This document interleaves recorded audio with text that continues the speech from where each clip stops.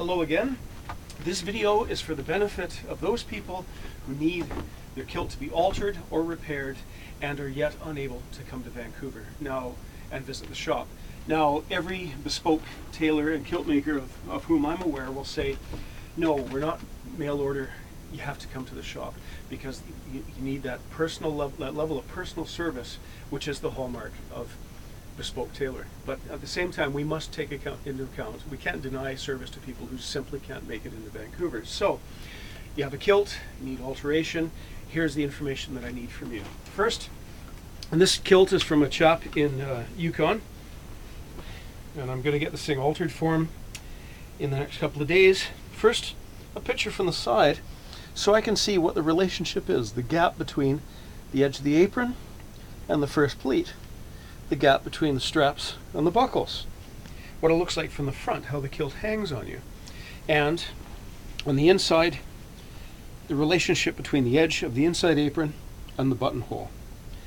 That information, then if you take a look at the video on my YouTube channel about how to measure yourself using my measurement system, take those measurements, send them to me, because by giving me all this information, I hope to be able to confidently predict what I can achieve and at what cost. A minor alteration is just moving straps and buckles. A major alteration, we increase or decrease the size of the aprons. A level of alteration beyond that, which I've only recently discovered, is to mark the center of each of these pleats with a little backstitch of thread, and then take the thing completely apart, press it flat, remeasure it and resew it with wider or narrower pleats as the case may be.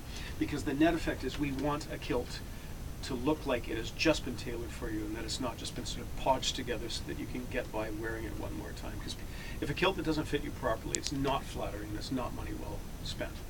So we'll concentrate on the sort of mid-level repair where I have to increase the size of the front aprons.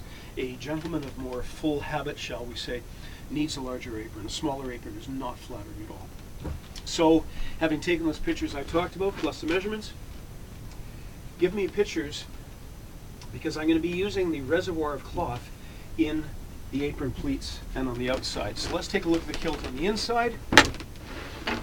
Give me a picture on the inside of the kilt that shows me how much of a deep pleat we have beside the apron. Here on the end, how much material we have. This is an astonishing amount of material for a kilt. This is great because this represents a reservoir that we can let out. On the front apron, same thing. Please show me how much, and again, I really approve of whoever made this kilt because this is a really generous apron pleat. Well done, that person. And also on the outside edge of the outer apron, and here's where you might have to, if you're well advised, to unpick a seam, because properly done, this edge of the apron should be done like this. It should be folded over like that with possibly, and I'm doing this very rapidly of course, possibly another couple of strips of cloth in there to give the fringe a little more fullness. It should be done like that.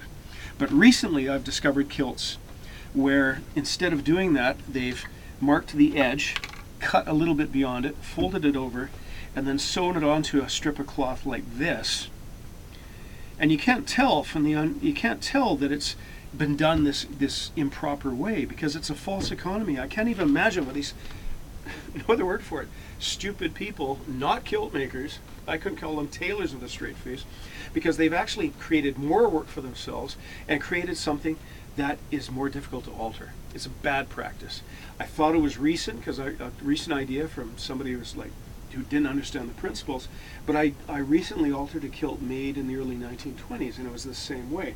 So what we need to do is very carefully, using a pick, we undo the stitching on the inside of this apron, because I can feel this, I can feel a raw edge inside. I'm hoping it's just this single line, right?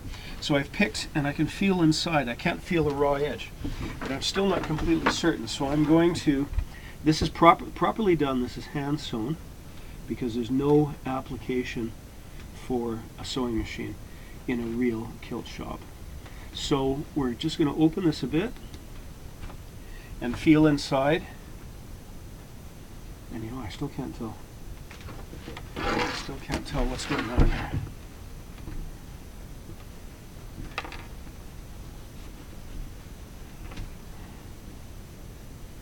Okay, this looks like it's good. This, I don't see a raw edge inside here. So it looks like we have the full reservoir of cloth here. So that looks like there's close on a foot of material here, which is marvelous, if that is in fact the case. Yes, see, there we have it. There's a tiny strip of cloth that's been laid in there, and that tells me that this piece on the back is the same piece of cloth here. So this fills me with confidence, because now I know that I could expand this front apron easily a good foot, possibly even more. So there we go. Give me the pictures that I've asked for, showing the outside of the kilt, the relationship, the outside of the kilt on the right side. A picture from the front showing me how it hangs on you generally. A picture from the inside, which, showing what the gap is, how far that strap has to go. And then, as I said, the detail of the apron and the detail of the pleats. And from that, having taken a look at that, I can tell you what is possible and at what cost. Thank you.